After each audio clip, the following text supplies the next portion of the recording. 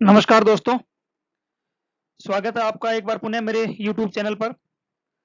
आज का हमारा टॉपिक साउथ अफ्रीका के जलवायु से संबंधित है। दक्षिण अफ्रीका जो कि अफ्रीका महाद्वीप के दक्षिणी भाग में मौजूद एक संघीय देश है और यहाँ इसके 3 ओर महासागरीय भाग हैं और इसके धरातल के अगर हम बात करें तो धरातलीय भाग जो है वो पहाड़ी और पठारी मोस्टली धरातल जो है वो पहाड़ी और पठारी धरातल है।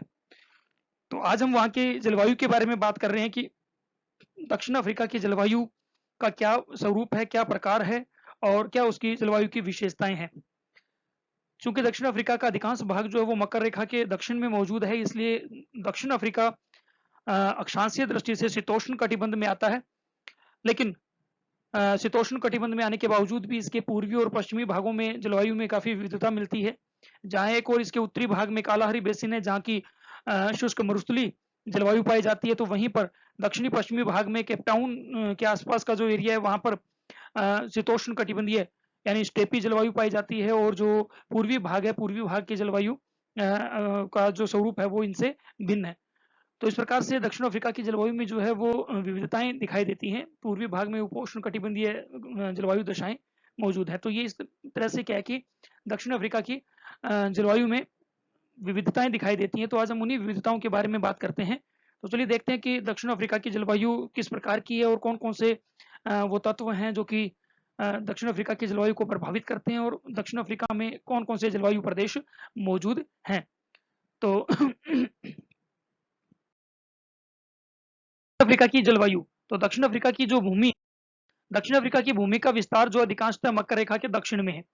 तो इस वजह से क्या है कि अक्षांशीय दृष्टिकोण से दक्षिण अफ्रीका शीतोष्ण कटिबंध दशाओं में मौजूद है और दक्षिण अफ्रीका की जलवायु को प्रभावित करने वाले जो कारक हैं उनके बारे में अगर हम बात करें तो उनमें पहला है उच्चावचीय प्रभाव।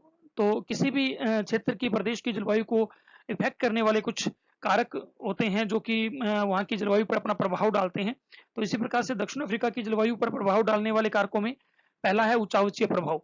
तो दक्षिण अफ्रीका के पश्चिम, दक्षिण अफ्रीका के पूर्व में और दक्षिण अफ्रीका के दक्षिण में द ग्रेट एस्कार्पमेंट के रूप में एक पहाड़ी और पठारी भूमि मौजूद है जो कि एक प्राकृतिक अवरोध के रूप में है। इस वजह से क्या है कि तटीय क्षेत्रों में तो वर्षा पर्याप्त हो जाती है, लेकिन जो आंतरिक भाग है दक्षिण अफ्रीका के वहां पर शुष्क और अर्धशुष्क दशाएं पाई जाती हैं। तो उच्चावचीय प्रभाव ये दिखाई देता है दक्षिण अफ्रीका की जलवायु पर कि द ग्रेट एस्कार्पमेंट जो है वो आंतरिक भागों तक नमी युक्त हवाओं को कम पहुंचने देता है। इस वजह से आंतरिक भागों में वर्षा की मात्रा कम होती है और वो ड्राई और सेमी ड्राई कंडीशन वाले एरिया रह जाते हैं।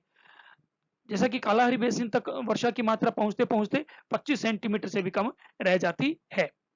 और दूसरा उच्चावचीय इफेक्ट ये भी है कि जो ऊंचे भाग हैं, खास करके 1500 मीटर से ज्यादा ऊंचे भाग हैं, वहां पर ऊंचाई के साथ साथ जो तापमान है वो भी कम पाया जाता है। तो जो निचले भागों में तापमान अधिक और ऊंचे भागों में तापमान कम, तो ये इफेक्ट जो है ऊंचाई का उच्चावच का पड़ता है किसी भी क्षेत्र की जलवायु पर।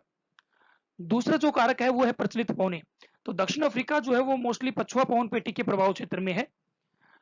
इस कारण से क्या है कि यहाँ पर ग्रीष्म काल में पछुआ पवनों के प्रभाव से वर्षा होती है। लेकिन केपटाउन के आसपास का जो क्षेत्र है वहां भूमध्य सागरीय जलवायु दशाएं पाई जाती हैं और वहां पर शीतकाल में वर्षा होती है। तो केपटाउन के आसपास का जो क्षेत्र है वहां पर रूम सागरीय जलवायु कंडीशन मिलती है और वहां पर शीतकाल में वर्षा होती है। नेक्स्ट अगला जो कारक है जो दक्षिण अफ्रीका की जलवायु पर अपना इफेक्ट डालता है वो है महासागरीय प्रभाव और जलधाराएं। दक्षिण अफ्रीका के पश्चिमी, दक्षिणी और पूर्वी तटीय भागों में महासागरीय प्रभाव जो वो स्पष्ट रूप से दिखाई देता है। पश्चिमी तट पर बेंगुला की ठंडी जलधारा प्रवाहित होती है, इस कारण से पश्चिमी तट पर तापमान कम पाए जाते हैं। जबकि पूर्वी तट की अगर हम बात करें तो वहां पर मोजाम्बिक गर्म जलधारा प्रवाहित होती है, इस वजह से वहां पर तापमान पश्चिमी तट की तुलना में ज्यादा मिलते हैं। दक्षिणी तट जो है वहां पर अटलांटिक प्रवाह के कारण तापमान में वहां भी कमी दिखाई देती है। तो इस प्रकार से जहां गर्म जलधारा चलती है वहां पर टेम्परेचर थोड़ा ज्यादा और ठंडी जलधारा वाले भाग में टेम्परेचर थोड़ा कम मिलता है। और दक्षिणी जो तट है वहां पर भी अटलांटिक प्रवाह जो ठंडी जलधारा के रूप में है, तो वहां पर भी टेम्परेचर थोड़े कम मिलते हैं। और पूर्वी तट पर क्या है कि गर्म जलधारा बहने की वजह से वहां वर्षा की मात्रा थोड़ी ज्यादा होती है पश्चिमी तटों की तुलना में। क्या आप दक्षिण अफ्रीका के मैप के जरिए आप इसको समझने की कोशिश कीजिए। ये रेनफॉल है दक्षिण अफ्रीका में, रेनफॉल की कंडीशन। तो इसमें आप ये देखिए ब्लू कलर ही यूज किया गया है। जैसे जैसे हम इसके इस पश्चिमी भाग से पूर्व की ओर बढ़ते हैं, वैसे वैसे वर्षा की मात्रा बढ़ती जाती है। देखिए ये पूर्वी भाग से पश्चिमी भाग से पूर्व की ओर, तो ये पश्चिमी किनारे से जैसे जैसे हम पूर्व की ओर जाते हैं, वैसे वैसे ये ब्लू कलर डार्क होता जाता है, इसका मतलब वर्षा की मात्रा बढ़ती जाती है।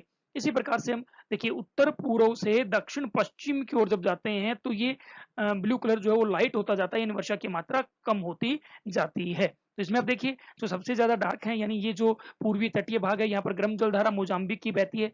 ये जो डार्क आप देख रहे हो, यहाँ पर 1000 मिलीमीटर से ज्यादा वर्षा होती है। उससे थोड़े लाइट जो है उसके पास ही जो मौजूद जो भाग है, वहां पर 801 से 1000 मिलीमीटर, और उससे लाइट जो है वहां पर जो है 601 से 800 मिलीमीटर, उससे भी लाइट जो है आप देख रहे हो वहां पर 401 से 600 मिलीमीटर, उससे लाइट 201 से 400 मिलीमीटर, और उससे भी लाइट जो है वो 0 से 200 मिलीमीटर। तो ये वर्षा की प्रकृति है साउथ अफ्रीका में। अब देखिए टेम्परेचर की कंडीशन आप और देख लीजिए। इस टेम्परेचर में भी जहां पर आप ये देख पा रहे हो कि जहां पर ये, तो इसमें व्हाइट कलर जो आप देख पा रहे हो, यहाँ पर 20 डिग्री सेल्सियस से ज्यादा टेम्परेचर, ये ग्रीष्म ऋतु का टेम्परेचर है। ये आप जो देख रहे हो ये ग्रीष्म ऋतु का टेम्परेचर है। तो 20 ग्रीष्म ऋतु, यहाँ पर हमारे यहाँ जब शीत ऋतु होती है तब यहाँ ग्रीष्म ऋतु होती है, क्योंकि दक्षिणी गोलार्ध में है दक्षिणी अफ्रीका। तो दक्षिणी गोलार्ध में होने की वजह से जनवरी का महीना जो है यहाँ पर सबसे गर्म महीना होता है। तो और इसी तरह से जुलाई महीना जो है सबसे ठंडा महीना होता है, वो शीत ऋतु होती है। तो देखिए ग्रीष्म ऋतु में, यहाँ की ग्रीष्म ऋतु में ये जो व्हाइट पार्ट आप देख रहे हो, यहाँ पर टेम्परेचर 20 डिग्री सेल्सियस या उससे ज्यादा मिलता है, 20 डिग्री सेल्सियस के आसपास। उसके बाद देखिए इसके आसपास का ये जो आप आंतरिक एरिया देख रहे हो, जो ये आंतरिक एरिया यानी ये जो पार्ट है, इस पार्ट में जो टेम्परेचर है वो मिलता है 20 डिग्री सेल्सियस से 22.5 डिग्री सेल्सियस। उसके बाद ये जो ब्लू भाग आप देख रहे हो सारा का सारा, जितना भी ये लाइट ब्लू कलर है, यहाँ पर 22.5 डिग्री सेल्सियस से 27.5 डिग्री सेल्सियस। और उसके बाद ये जो आप रेड पार्ट देख रहे हो, यहाँ पर टेम्परेचर 27.5 डिग्री सेल्सियस से भी ज्यादा मिलता है इस रेड पार्ट में।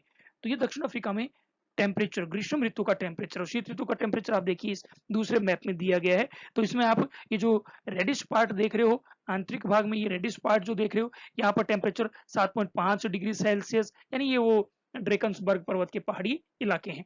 फिर उसके बाद ये जो ब्लू भाग देख रहे हो, ये हाई वेल्ड का एरिया आ गया।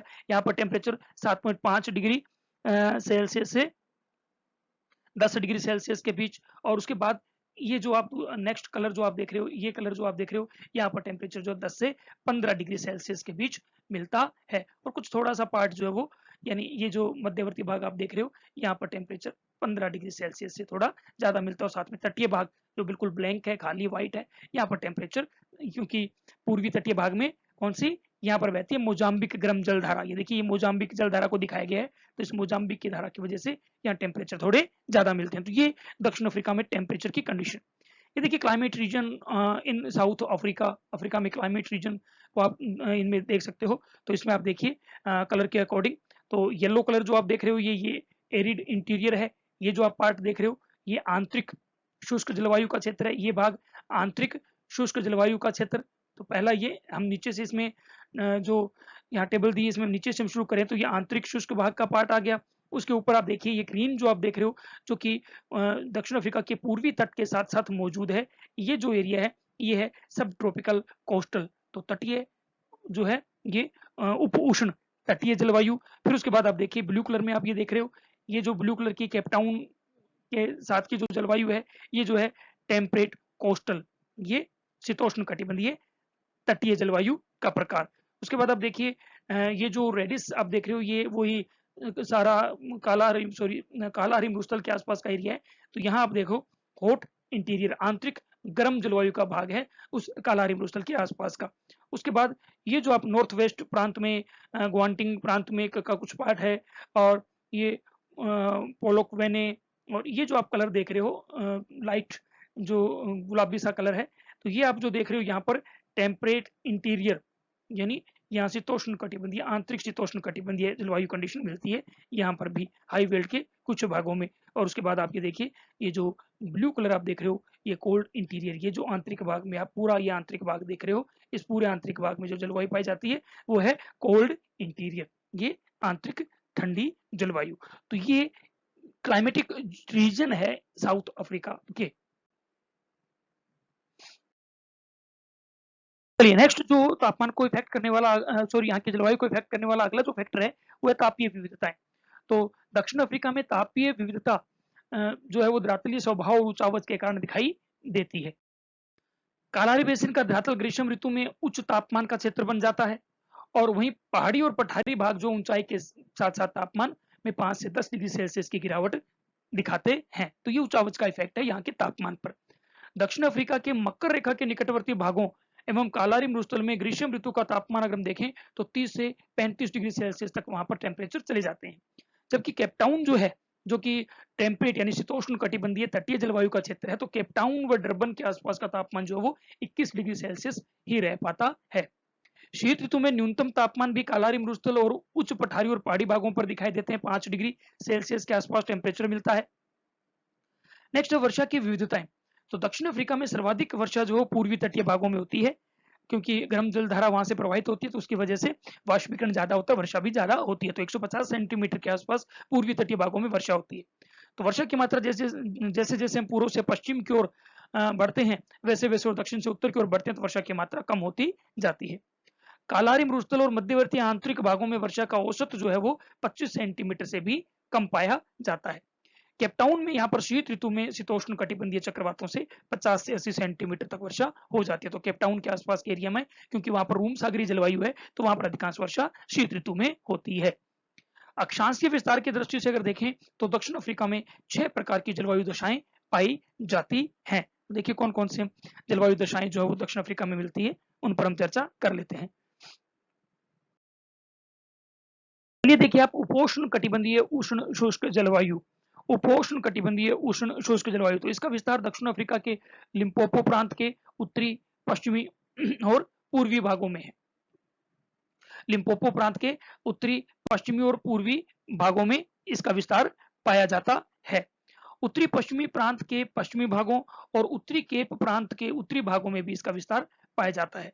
तो देखिए हम जो बात कर रहे हैं उपोष्ण कटिबंधीय उष्ण शुष्क जलवायु, ये देखिए आप, ये नॉर्थन केप प्रांत यानी उत्तरी प्रांत है, ठीक है। तो उत्तरी प्रांत का ये पार्ट आ गया। तो इस पार्ट में ये जो जलवायु आप जो देख रहे हो, ये जलवायु इसी प्रकार की जलवायु है, यानी उपोष्ण कटिबंधीय उष्ण शुष्क जलवायु। यहाँ जो है वर्षा का औसत 25 सेंटीमीटर से कम तथा ग्रीष्मकालीन तापमान जो 30 डिग्री सेल्सियस से अधिक और शीतकालीन तापमान 5 डिग्री सेल्सियस तक रहते हैं। इस भाग की बात करें जिनमें येलो कलर मौजूद है। फिर नेक्स्ट है उपोष्ण कटिबंधीय तटीय जलवायु। तो इस जलवायु का विस्तार जो है वो क्वाजुलू नेटाल और पूर्वी केप प्रांत के तटीय भागों में, देखिए पूर्वी केप प्रांत के तटीय भागों में और क्वाजुलू, ये आप जो देख रहे हो ये है उपोष्ण कटिबंधीय, जो ग्रीन कलर में है ये उपोष्ण कटिबंधीय तटीय जलवायु है। तो क्वाजुलू ये आपका पूर्वी जो केप प्रांत आ गया और ये क्वाजुलू का तटीय भाग आ गया। तो यहाँ ग्रीष्मकालीन तापमान 21 डिग्री सेल्सियस से 27 डिग्री सेल्सियस के बीच और शीतकालीन तापमान 15 डिग्री सेल्सियस तक रहते हैं। वार्षिक वर्षा जो 150 सेंटीमीटर तक होती है, जो सबसे ज्यादा यहीं पर होती है, क्योंकि ये मोजाम्बिक गर्म जलधारा का क्षेत्र है।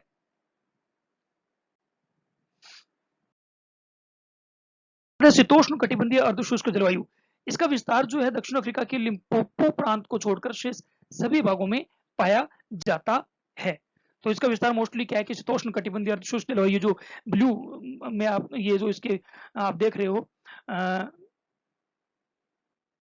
ये जो ब्लू कलर देख रहे हो, इसके पास इसके साथ में जो ये दूसरा कलर दिया हुआ है, जो लाइट पिंक सा जो कलर सा ये आप देख पा रहे हो, ये जहां मैं कर्सर आपको दिखा रहा हूँ, तो ये जो सारा का सारा पार्ट है, इन सभी पार्ट में ये जलवायु शीतोष्ण कटिबंधीय अर्धशुष्क जलवायु पाई जाती है। कहने का मतलब ये, यहाँ देखिए आप इसको यहाँ पर टेम्परेट इंटीरियर के रूप में दिखाया गया। तो टेम्परेट इंटीरियर जो है वो शीतोष्ण कटिबंधीय अर्धशुष्क जलवायु है। ये लिम्पोपो स्टेट जो है इसमें ये जलवायु नहीं है, बाकी में सभी में ये मौजूद है।